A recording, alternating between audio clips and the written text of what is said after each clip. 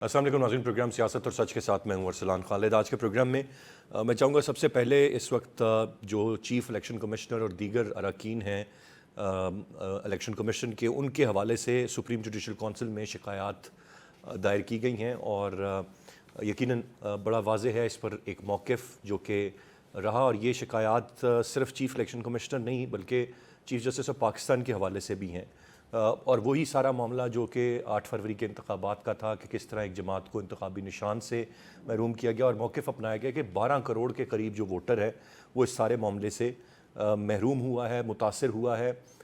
एक पार्टी को नाम से फिर इंतखाबी निशान से महरूम किया गया और फिर इसके साथ साथ हम देख रहे हैं कि जो ख्वाजा आसिफ साहब का एक हालिया स्टेटमेंट है और फिर ये बात करना कि इलेक्शंस को कलअदम करने की बात पर भी गौर हो रहा है, कोई अदलिया का रास्ता अपनाकर इस तरह की बात की जा रही है। बहरहाल ये एक इब्तदा है और जो इलेक्शन कमीशन है उसने जो मखसूस नशिस्तों का फ़ैसला है जो दिया गया सुप्रीम कोर्ट की तरफ से, उसके हवाले से कल इलेक्शन कमीशन में इजलास भी हुआ और अमल दरामद की तरफ जाने की भी बात थी। फिर लेकिन ख़बरें बहुत सारी ऐसी आ रही थी कि शायद हुकूमत, इलेक्शन कमीशन सुप्रीम कोर्ट के फ़ैसले पर अमल नहीं करेगा। लेकिन इस फ़ैसले पर एक तरफ तो ये मौक़िफ़ है जो पाकिस्तान तहरीक इंसाफ का है या इलेक्शन कमीशन का एक बिहेवियर है जो सामने आ रहा है, दूसरी तरफ नून लीग को इस सारे मामले पर एतराज़ है। कल मरियम साहिबा बोली, आज 3 ख़वातीन रुकन असम्बली, उन्होंने नज़रसानी की अपील दायर कर दी इस मामले पर।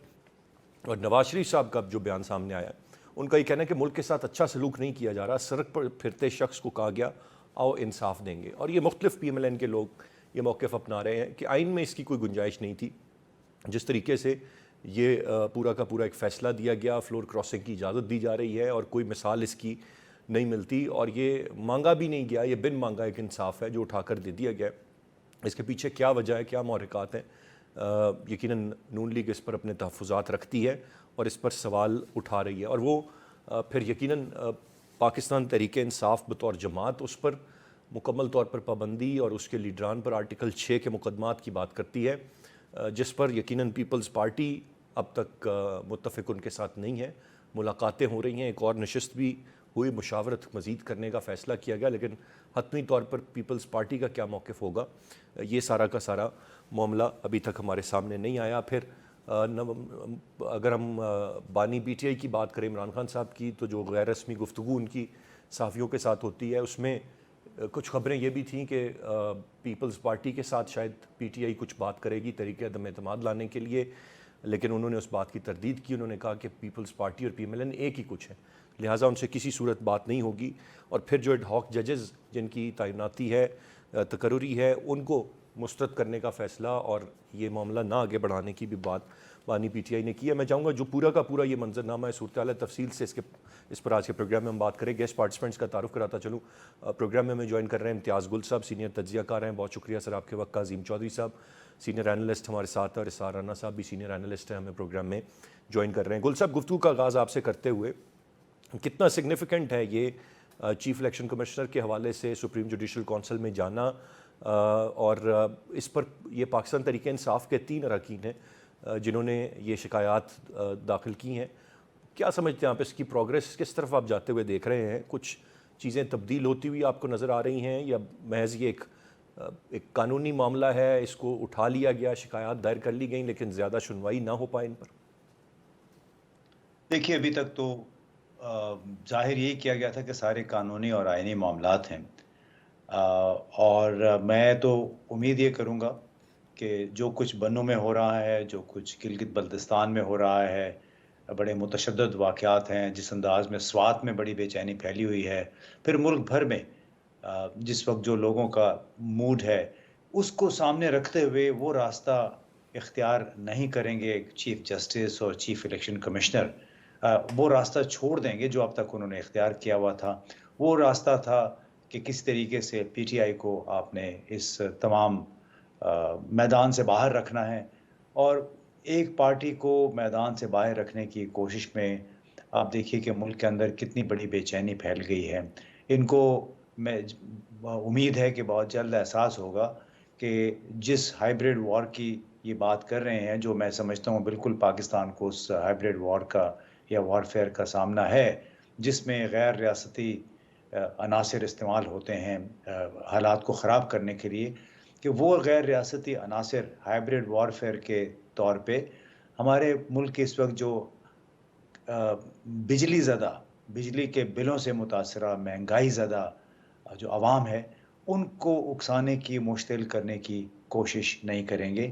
یعنی ان کو ایک ہی صورت میں بچایا جا سکتا ہے کہ آپ فوری طور پہ قومی سطح پہ مکالمت کا آغاز کریں، اور جو سیاسی جو کیسز بنائے گئے تھے جس انداز میں، نام میں نہیں لیتا، سب کو اس دوران معلوم ہے، جی بشمول عدت کیس کے، کہ وہ اس سے ذرا سے پیچھے ہٹ کے ایک قومی راستہ اختیار کیا جائے، تاکہ پاکستان میں اس وقت جو بے چینی ہے، جو مایوسی دکھائی دیتی ہے عام لوگوں میں، اس سے غیر ملکی عناصر اور عدم استحکام گل کے صاحب، جو آپ ڈائلاگ کی علائقہ طرف ہے وہ اشارہ کر فائدہ رہے نہ ہیں، آپ اٹھا سکیں۔ ڈائلاگ کی بات کر رہے ہیں۔ ڈائلاگ یقیناً سیاسی قوتوں نے کرنا ہے، اور اس پہ میں نہ مانوں میں نہ بیٹھوں، یہ بھی ایک مسئلہ چلا آ رہا ہے۔ ڈائلاگ کی بات تو پہلے بھی ہوئی تھی، اب اگر کوئی دوسرے کو تسلیم ہی نہ کرے، بیٹھنے کے لیے تیار ہی نہ ہو، پھر اگر آپ دیکھیں ایک مخصوص ادارے کی طرف کہ وہی میڈیشن کا رول پلے کریں، تو کیا پھر انہیں کو کر لینا چاہیے، یا سیاسی میچورٹی اتنی آ گئی ہے کہ یہ سیاسی جماعتیں بیٹھ کے بات کر سکیں گی؟ کیونکہ ڈائلاگ سے تو ہر مسئلہ حل ہو سکتا ہے، لیکن ہو نہیں رہا ڈائلاگ۔ ڈائلاگ، یہ دیکھیں پاکستان میں ایک بہت بڑی یہ کنٹرڈکشن ہے کہ اس وقت جو نظام ہے وہ بنیادی طور پہ وہی لوگ چلا رہے ہیں جس کے ساتھ ڈائلاگ کرنے پہ یا مکالمت کرنے پہ آمادگی کا اظہار کیا جا رہا ہے، کیونکہ یہ جو لوگ آپ کو نظر آتے ہیں، یہ خواجے، یہ چودھری، یہ شریف، یہ زرداری، یہ سب تو اس وقت ان کی ایک پرچھائی بن گئے ہیں، ان کا ایک فیس بنے ہوئے ہیں، ان کے اختیار میں کچھ نہیں ہے۔ آپ دیکھ رہے ہیں کہ کس طرح یہ سب لوگ ایک ہی گانا گا رہے ہیں، اور تمام کا بنیادی مقصد ہے کہ پی ٹی آئی کو دیوار سے لگائے رکھنا۔ تو اس لیے جو میں نہیں سمجھتا کہ اس میں کوئی غیر منطقی بات ہے، بالکل ایسے ہی جیسے کہ افغان طالبان سے بہت کہا گیا کہ آپ اشرف غنی حکومت سے مذاکرات کر لیں، لیکن انہوں نے کہا کہ نہیں، ہم نے ایک جو مکالمت ہے یا ڈائلاگ ہے وہ اصل قوت کے ساتھ کرنا ہے۔ اصل قوت تھی امریکہ کے ساتھ انہوں نے امن معاہدہ پھر کیا۔ یہ اب مانے نہ مانے، بھلے سیاسی قوتوں نے، سیاسی جماعتیں اپنا شور مچا رہی ہیں، لیکن سب کو معلوم ہے کہ ان کے ہاتھ میں کچھ نہیں ہے، نہیں ان کا اختیار ہے۔ اور جب تک وہ یہ راگ الاپنا نہ بند کر دیں کہ پی ٹی آئی دہشت گرد ہے، پی ٹی آئی کے خلاف پابندی لگنی چاہیے، یہ اس قسم کی باتیں سیاسی قوتوں کو زیب نہیں دیتی ہیں، وہ تو موقع سے فائدہ اٹھا رہے ہیں۔ تو ایسی صورت میں ان کے ساتھ مذاکرات میں نہیں سمجھتا کوئی کرے گا۔ مذاکرات جو بااختیار لوگ ہیں، بااختیار پارٹی ہے، اسی کے ساتھ ہوں گے۔ جی، گفتگو کا سلسلہ جاری ہے، ایک بریک کی جانب بڑھیں گے، بریک سے واپس آ کر مزید بات کرتے ہیں، ساتھ رہیے۔ Welcome back. عظیم چوہدری صاحب، کس طرح دیکھ رہے ہیں آپ جس طرح سے ابھی امتیاز گل صاحب نے کہا کہ چیف جسٹس صاحب، میں چیف جسٹس صاحب کی بھی اگر بات کروں تو پہلے ان پر بہت سارے اعتراضات ایک طرف سے تھے، ان کی پرسنالٹی پر، اور اس کی وجوہات ہم سارے جانتے ہیں۔ اب جب یہ ایک فیصلہ آیا سپریم کورٹ سے، تو پھر دوسری طرف قوتوں نے کہنا شروع کر دیا ملک کے ساتھ اچھا نہیں کیا جا رہا۔ سڑک پر پھرتے ہوئے شخص کو کہا گیا کہ آؤ تمہیں انصاف دیں، اور یہ ان کا موقف ہے کہ چلتے پھرتے آیا بھی نہیں انصاف مانگ، بلا کے انصاف دے دیا، اور ایسا انصاف جس کی آئین میں گنجائش نہیں ہے۔ کدھر جائے؟ میں تو ہر اس شخص کی یا اس ادارے کی بات کروں گا جو جس کے بھی حوالے سے تھوڑا سا اگر اپنا اس کو ریلیف دیتا ہے یا اس کے لیے کچھ بہتری کا راستہ نکالتا ہے، تو دوسرے سارے مخالف ہو جاتے ہیں۔ یہی ایک روایت ہے، ایک ادارہ ہو یا دوسرا ہو اس کے لیے۔ بہت شکریہ ارسلان۔ پاکستان کے عوام کے سامنے 4 فریقین موجود ہیں، اس پہ قومی اسمبلی یا پارلیمنٹ کہہ لیں، حکومت کہہ لیں، فوج کہہ لیں، پولیٹیکل پارٹیز کہہ لیں، عدالت کہہ لیں، جو مرضی کہہ لیں، وہ 4 چیزیں ہی ہیں۔ بہت پہلے آصف کھوسہ جب چیف جسٹس تھے تو انہوں نے یہ بات کہی تھی کہ پاکستان کا president, prime minister, chief of army staff اور چیف جسٹس بیٹھ کے ایک دفعہ دوبارہ گفتگو کر لیں اور چیزوں کو سیٹل کر لیا جائے کہ ہم جانا کہاں چاہتے ہیں۔ ہماری منزل کا تعین میرے خیال میں ہمیں کرنا پڑے گا، اور اگر ہم نہیں کریں گے تو ہم راہ میں کہیں بھٹک جائیں گے۔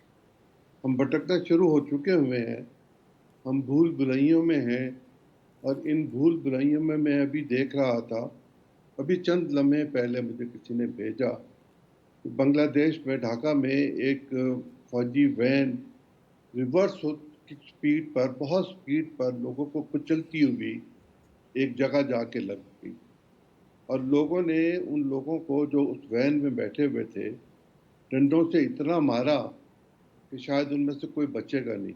मैं कह नहीं सकता क्योंकि उसकी पूरी डिटेल सामने नहीं है, और वहाँ जो सूरत हाल पैदा हुई है, वहाँ अनरेस्ट क्यों हुआ?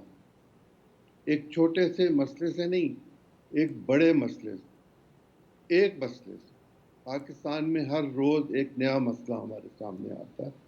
हमारी चीफ मिनिस्टर नूरी नत की तरह खड़ी होकर ये कहती है कि वो हिसाब किताब कर लेगी, ऐसे जैसे जजों को डंडों से मार के सड़कों पर फेंक देगी। ये रियासत है, ये अच्छी है, ये बुरी है तो ये रियासत ढांचा तो इसका रियासती ढांचा है। इसमें एक तरीक़ाकार है, हम सब के सब स्टेक होल्डर उस तरीक़ाकार को छोड़कर कोई नई चीज़ ढूंढने की कोशिश कर रहे हैं, और इस माली और माशी सूरत हाल में, जबकि हमने मई में भी बेशुमार कर्ज बैंकों से लिया, ऐसे हालात में हम अपनी शनाख्त खोते चले जा रहे हैं। हमारे पास अपनी तनख्वाहें देने के लिए पैसे नहीं होंगे, हैं भी नहीं, सूबों के पास तो नहीं है, और बरकत के पास जितने पैसे हैं वो कर्ज उतारने में चले जाएंगे। ऐसे में कोई एक छोटी सी चिंगारी, वो बन्नू की हो, वो सवात की हो, वो इस्लामाबाद की हो, वो जहाँ कहीं की भी हो, वो वहाँ ले जाएगी जहाँ 3 नवंबर 2007 को परवेज मुशर्रफ पहुंचे थे, और उसके हालात नहीं हैं। और अगर वहाँ सूरत हाल बिल फर्ज महाल किसी सूरत पहुँच भी जाए, जिसको ये कहा जा रहा है कि मेल्ट डाउन हो रहा है कॉन्स्टिट्यूशन, अगर कॉन्स्टिट्यूशन मेल्ट डाउन हो रहा है तो वो कहाँ गिरेगा मेल्ट डाउन होकर? जी। अगर उसने ज़मीन पर गिरना है तो ज़मीन पर तो आम लोगों का खून गिरता है, या रियासती अदारे जिस वक्त लोगों के साथ तसादुम की सूरत इख्तियार करते हैं, उनमें से भी शायद किसी एक आग का गिर जाता है, लेकिन पाकिस्तान का खून न गिराया जाए तो ये ज़्यादा बेहतर है। पाकिस्तान की तमाम पॉलिटिकल पार्टीज़ को, और पर्टिकुलरली मियां नवाज शरीफ और शहबाज शरीफ के अलावा आसिफ जरदारी साहब को ये सोचना चाहिए कि इक़्तिदार तो उन्होंने जैसे तैसे लिया, वो ले लिया, लेकिन ये इक़्तिदार उनके पास सदा नहीं रहेगा। सदा इक़्तिदार पाकिस्तान में अवाम के नुमाइंदों के पास होगा, और जो हकीकी नुमाइंदे होंगे उन्हीं के पास होगा। राइट अगर सर। इस सूरत हाल में उन्होंने लोगों के साथ कोई जबर करने की कोशिश की, तो फिर वो सूरत हाल पैदा हो सकती है जो हम कई दफ़ा माजी में देख चुके हुए हैं। निसार राना साहब, ये जो बात अभी जो सुनने को मिलती है, तबाही तबाही का लफ्ज़ हम सुनते हैं, क्या मुकम्मल तौर पर अब इस वक्त हम बंद गली में दाखिल हैं और कोई रास्ता नज़र नहीं आ रहा इससे निकलने का, या कोई वे फॉरवर्ड आने वाले दिनों में आप देखते हैं कि निकल आएगा, चीज़ें शायद कुछ बेहतर हो जाए, कोई सैनिटी प्रिवेल करे जिसकी अभी हमें कोई गुंजाइश नज़र नहीं आ रही? सिंपल ये कि आप अवाम का मैंडेट मान लें। पूरी दुनिया के अंदर जो सबसे बड़ी ताकत है अल्लाह के बाद, हम समझते हैं कि रियासत के लिए, वो अवाम होती है। वो अवाम ने तो एक फैसला दे दिया, ये सारी सारी गड़बड़, सारी लड़ाई, ये बेबरकती, ये सारा कुछ 8 फरवरी के इससे पहले था, लेकिन इस तरह नहीं था। हमने मैंडेट को मानने से इनकार कर दिया। दूसरा ये कि इदारे जब तक अपनी अपनी डोमेन में नहीं जाएंगे और सिर्फ अपना काम नहीं करेंगे, पाकिस्तान में आप भूल जाएं कि कभी कोई बेहतरी आ सकती। ये हमारे तमाम मेहरबानों को बात समझनी होगी कि ये तजर्बे अब पूरी दुनिया में कहीं नहीं हुए जो अब हम आज भी कर रहे हैं। आज भी हम 71 के नाकामी से नहीं सीख सके कि पॉपुलर लीडरशिप को गद्दार करार देना और अवाम के मैंडेट को ठोकर पे रखने से हमने मुल्क गवा दिया। आज भी हम वहीं खड़े हैं, बन्नू हो, स्वात हो, केपीके के बहुत सारे इलाके हों, हमें नहीं समझ आ रही कि हम बारूद पे खड़े हुए लोग हैं। दूसरी जानिब हमारे पास अगले चंद सालों के लिए कम से कम $50 अरब की ज़रूरत है इकोनॉमी चलाने के लिए, और हमारे पास अपना ज़ाती महल 3 से 4 अरब डॉलर है टोटल। हम अभी तक पाकिस्तान में ये तय नहीं कर सके कि हमने जिंदा रहना है या नहीं रहना। फिर बदकिस्मती ये है, देखिए मैं इमरान खान ने अगर कुछ किया है तो वो उसका जवाब दें, अदालतें लें, 9 मई जिन्होंने किया वो भी लें। लेकिन एक ऐसा मुल्क जिसकी आंखों के सामने से 2 साल 3 साल में 20 अरब रुपए दुबई चले गए, 20 अरब डॉलर दुबई चले गए, वो पूरी रियासत जोर क्या लगा रही है कि आपने जो जेवर खरीदे थे उसकी रसीदें असली हैं या नकली।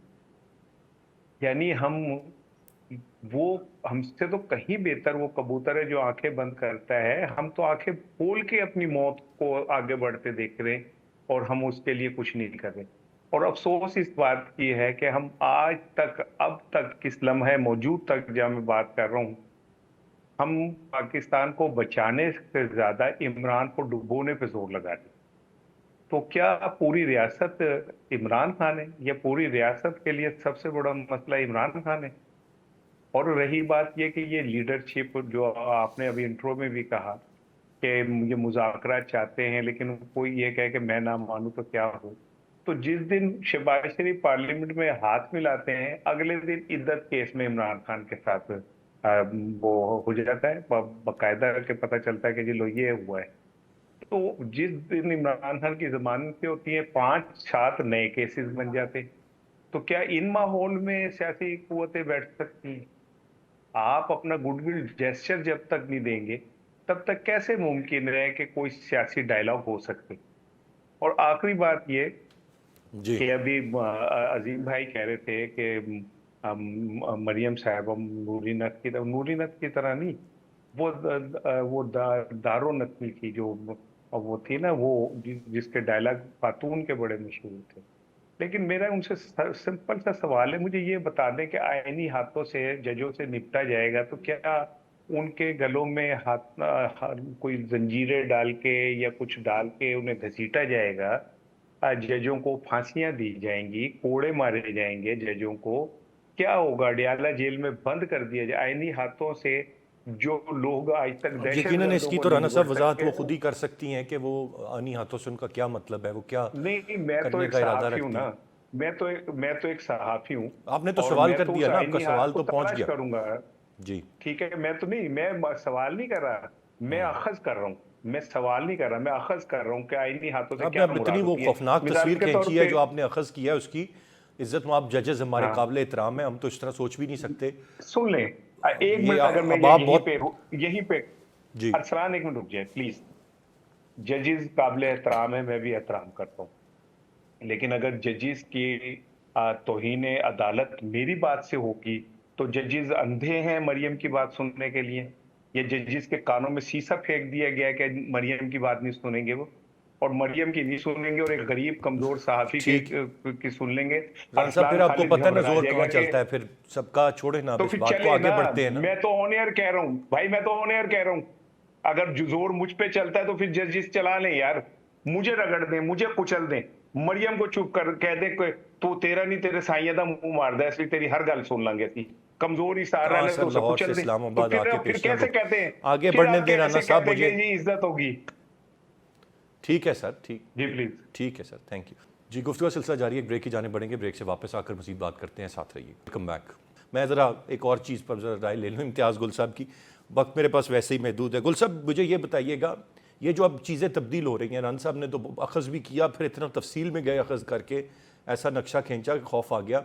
मुझे ये बताएं कि ये क्या अब चीज़ें को टेबल्स टर्न हो रहे हैं, जिनका कोई ख़तरा इस वक्त नून लीग को नज़र आ रहा है, जब वो कहते हैं इलेक्शन के रिजल्ट मनसूख, नवाज शरीफ साहब, मरियम साहिबा, जजेस के हवाले से बयानात, बेगर कैनवस पे ये कुछ देख रहे हैं कि क्या कुछ तब्दीली आ रही है, किसी के लिए रिलीफ मिल रहा है या चीज़ें आसान होने जा रही, ये इसलिए प्रीएम्प्ट करके आपको लगता है कि ये सारी चीज़ें कही जा रही?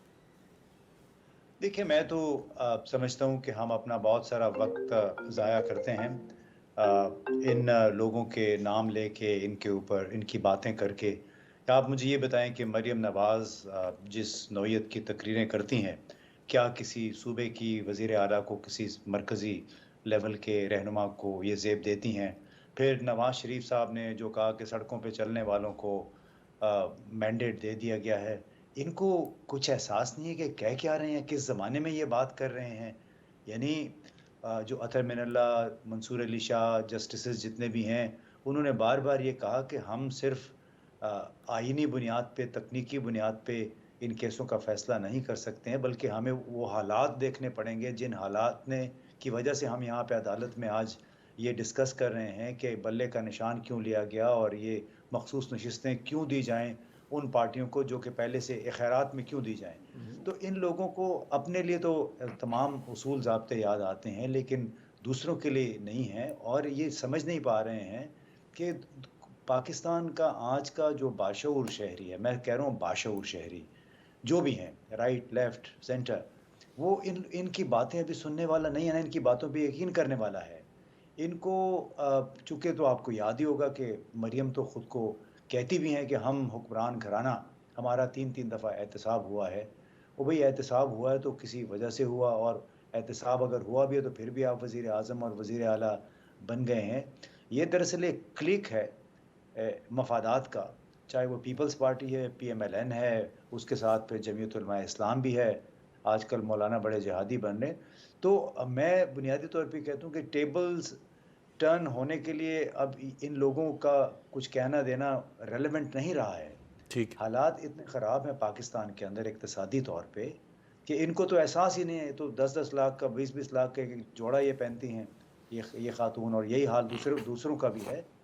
ہمیں تو ان لوگوں کا سوچنا چاہیے جن کو ابھی ایکسپلائٹ کیا جا رہا ہے، بنو میں، کوہاٹ میں، بلوچستان میں، سوات میں، رائٹ کہ گل صاحب، وہاں اتنی آسانی سے آپ آگ لگا سکتے ہیں ان لوگوں کی جو مجبوریاں ہیں، جو مشکلات ہیں، ان کا سہارا لے کے۔ تو ان کو یہ سوچنا پڑے گا کہ ابھی ہم ایک ایسے آپ زمانے نے میں ہیں درست جہاں فرمایا گل صاحب، پوائنٹ آ مرحبا۔ گیا۔ میرے پاس وقت بہت ہی محدود ہے، میں کوئکلی چوائس صاحب اور رانا صاحب کی بھی رائے لوں گا۔ آپ نے جو بات کہی، یقین مانیں کہ آپ نے کہا اب ان لوگوں کے بارے میں بات اب نہ کریں، بات کیا کریں، مجبوری ہے۔ چوائس صاحب جب عثمان بزدار کو آپ وزیر اعلیٰ بنا دیتے ہیں تو اتنے بڑے صوبے کا ہمیں بات کرنی پڑتی ہے، مریم صاحبہ کو بنا دیتے ہیں، بات کرنی پڑتی ہے، کیا کریں، مجبوریاں ہیں، ان کے بیانات کو بھی پھر سننا پڑتا ہے، پھر انالائز بھی آپ لوگوں سے، آپ اس پہ اپنا انالیسس بھی دیتے۔ آپ مجھ سے پوچھ جی رہے ہیں، چوائس صاحب۔ لیکن گزارش یہ ہے کہ پاکستان میں ڈیموکریسی نہ کبھی تھی نہ ہونے کا امکان۔ ایک مقروض ملک میں جہاں دوسروں کی مرضی کے مطابق چیزوں کو لے کر چلنا ہو، جہاں جس کو جتنی روٹی دینی ہے اس کا فیصلہ بھی پاکستان میں نہ ہونا ہو، جہاں کس پہ کتنا ٹیکس لگانا ہے اس کا فیصلہ بھی پاکستان میں نہ ہونا ہو، وہاں زندگی اور موت کا فیصلہ بھی پاکستان کے لوگ نہ کر سکتے ہوں، حکومت نہ کر سکتی ہو، کوئی اور کر سکتا ہو، اور وہی کرتا ہے اور وہی کرتا رہے گا۔ ایسے حالات میں ہم اگلے 25 سال تک تو اس بات کا امکان نظر نہیں آتا کہ ہم اپنی آزادی کو اس طرح انجوائے کر سکیں گے جس طرح ایک آزاد ریاست کر سکتی ہے۔ ایسے میں محکوم در محکوم، غلام ابن غلام یہی برسر اقتدار آئیں گے، اور انہی کے ساتھ ہمیں نباہ کرنا پڑے گا۔ حکمرانوں کا ظرف بہت بڑا ہوتا ہے۔ میں نے پاکستان میں اپنی زندگی میں کسی حکمران کو باظرف نہیں پایا، اور جو ظرف کے لوگ تھے وہ چھوڑ چھاڑ جاتے ہیں، وہ کہتے ہیں آپ جانے، آپ کا کام جانے، میں یہ کام نہیں کر سکتا، میرے سے یہ کام ہوتا نہیں ہے، میں یہ کروں گا نہیں۔ میں یہ کہنا نہیں چاہتا لیکن میرے پاس مجبوری ہے یہ کہتے ہوئے کہ سیاستدان تھوڑا بے شرم اور تھوڑا بے غرض ہوتا ہے۔ اور اس کے بعد اب میں باقی کیا بات آپ سے کروں۔ صحیح ہے سر، پوائنٹ آپ کا آ گیا۔ میں رانا صاحب آپ سے جاننا چاہوں گا، یہ جو ابھی اگر کچھ ڈاٹس کنیکٹ کریں جو میں نے سوال گل صاحب سے بھی کیا، تو رانا صاحب آپ کو لگتا ہے کہ کوئی آسانیاں آنے والے وقتوں میں، دنوں میں پیدا ہونے جا رہی ہیں ان کے لیے جو مشکل میں ہیں اور جو اس وقت مزوں میں ہیں، شاید ان کے لیے معاملات مختلف ہو جائیں، وہ تھوڑا مشکل میں چلے جائیں، ایسا کچھ نظر آ رہا ہے، لگ رہا ہے آپ کو؟ آسانیاں کے آثار تو ہیں۔ آج 2 روپے 10 پیسے مزید بجلی مہنگی ہو گئی ہے، تو آسانیاں تو پیدا ہو رہی ہیں، اور اطلاعات یہ ہے کہ وہ گندم جو انہوں نے بہت سستی خریدی تھی کسانوں سے، اب وہ ایکسپورٹ کر کے اس میں دیہڑی لگ گئی، تو ان کے لیے تو آسانیاں بہت پیدا ہو۔